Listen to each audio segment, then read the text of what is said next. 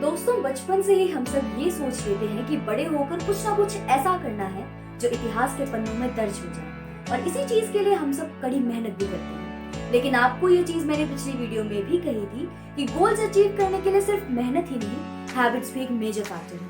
अब ये चीज तो हम पिछली वीडियो में जान ही चुके हैं कि कौन कौन सी हैबिट्स को अपने अंदर बिल्ड किया जाए। आज की इस वीडियो में हम जेम्स क्लियर द्वारा लिखी गई एटॉमिक हैबिट्स के थ्रू ये जानेंगे कि हैबिट्स किस तरह से हमें ओवरऑल शेप करती हैं। सो हेलो फ्रेंड्स, स्वागत है आपका आपके अपने चैनल ट्यूटलेज मीडिया पे। Let's get started with today's topic.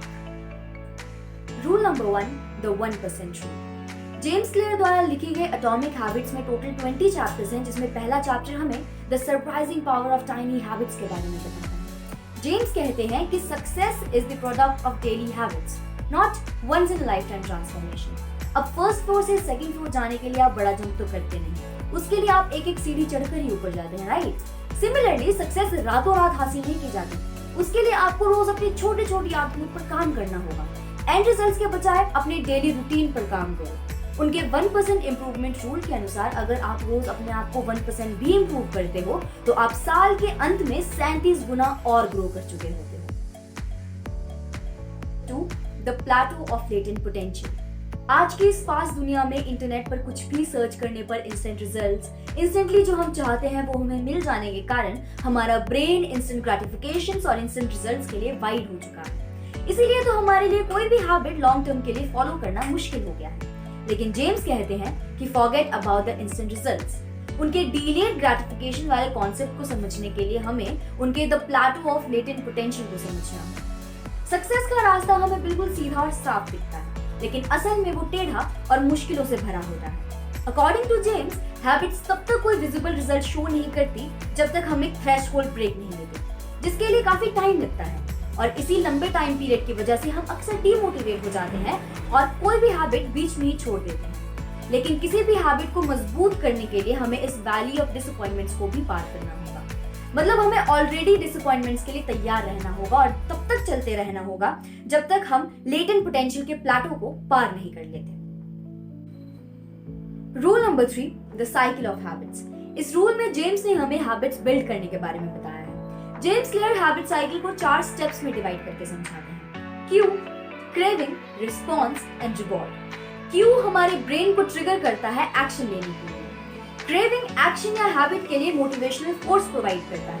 Response action या हैबिट्स हैं जो हम करते हैं, और रिवॉर्ड हर एक एक्शन या हैबिट का एंड गोल। पहले के 2 स्टेप्स यानी Q and craving problem based होते हैं, तो वहीं दूसरे 2 यानी response and reward solution based. ये साइकिल दोनों गुड और बैड हैबिट्स को इफेक्ट करती है, और अगला रूल इसी साइकिल से इन्फ्लुएंस होकर बना है। तो आइए अगला रूल समझते हैं। Rule number 4, the 4 laws of behaviour change. एक गुड हैबिट क्रिएट करने के लिए 4 लॉज इंपॉर्टेंट हैं, जिसमें से first law, make it obvious, applies on cue. Second law, make it attractive, applies on craving. Third law, make it easy, applies on response. And fourth law, make it satisfying, applies on reward. तो अब चलो मान लेते हैं कि आपको एक book reading की हैबिट क्रिएट करनी है। तो आप अपने बेड के साइड में एक बुक रख सकते हो, जिससे ये ऑब्वियस हो जाएगा कि रात को सोते टाइम आपको अपने बेड के साइड में एक बुक दिखाई देगी, और ब्लैंकेट में आराम और कंफर्ट के साथ पढ़ना आपके लिए अट्रैक्टिव होगा। और ऐसा करना शेल्फ से जाकर बुक निकालकर पढ़ने से ज्यादा इजी होगा, और रोज एक चैप्टर खत्म करने पर आपको सेटिस्फैक्शन भी मिलेगी। अब दूसरी तरफ अगर आपको कोई हैबिट ब्रेक करनी है तो इन 4 लॉज का उल्टा कर दो। That is, make it invisible, no cue; make it unattractive, no craving; make it difficult, no response; and make it unsatisfying, that is, no reward. Well, now as you know all the 4 laws, you can easily break or develop any of the habits you want. Rule number 5, focus on systems. James कहते हैं कि direct goal पर focus करने के बजाय daily routine यानी कि system पर फोकस करना चाहते हैं। पर प्रॉब्लम ये है कि कुछ लोगों से आसानी से फोकस नहीं किया जाता। अगर आप जानना चाहते हैं कि हाउ टू फोकस, तो स्क्रीन के टॉप राइट पर लगे आई बटन पर क्लिक करके आप हमारी वीडियो देख सकते हैं। मैंने आपको वीडियो शुरू होने पर ही कहा था कि बचपन से ही हम सब कुछ बनने के बारे में सोचते हैं, यानी कि हम सब गोल सेट करते हैं, लेकिन गोल्स अचीव सिर्फ वही कर पाता है जिसे उसका सिस्टम पता हो। गोल्स पर नहीं, गोल्स अचीव करने के सिस्टम पर फोकस होना चाहिए। फॉर एग्जाम्पल, सॉकर खेलते वक्त अगर आप ये सोचेंगे कि आपने कितने गोल्स किए हैं या आपको जीत के लिए कितने गोल्स चाहिए, तो आपका ध्यान सिर्फ कुछ नंबर्स पर होगा, ना कि गेम में। इसलिए एंड रिजल्ट्स के बजाय एंड रिजल्ट्स की जर्नी पर focus. Rule number 6, shape your identity. Outcomes और प्रोसेस से पहले आपके मन में सेल्फ कॉन्फिडेंस और बिलीफ होना चाहिए। आउटकम्स के लिए प्रोसेस फॉलो करने से पहले आपके मन में ऑलरेडी वो इंसान होना चाहिए जिसे आप उस प्रोसेस के बाद देखना चाहते हो। फॉर एग्जाम्पल, एग्जाम में टॉप करने के आउटकम के लिए रोज पढ़ने के प्रोसेस से पहले आपके मन में ऑलरेडी ये बात होनी चाहिए कि आप एक अच्छे और इंटेलिजेंट स्टूडेंट हैं। अपने सबकॉन्शियस में ये चीज डालने के बाद आपके बिहेवियर, हैबिट्स और रिजल्ट्स आपके उस बिलीफ को फॉलो करेंगे।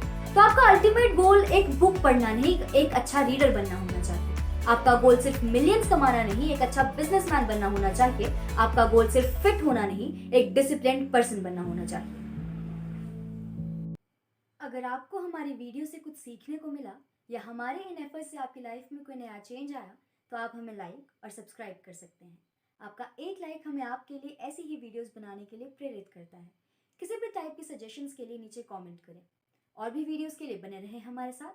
अपना कीमती समय हमें देने के लिए धन्यवाद। जय हिंद।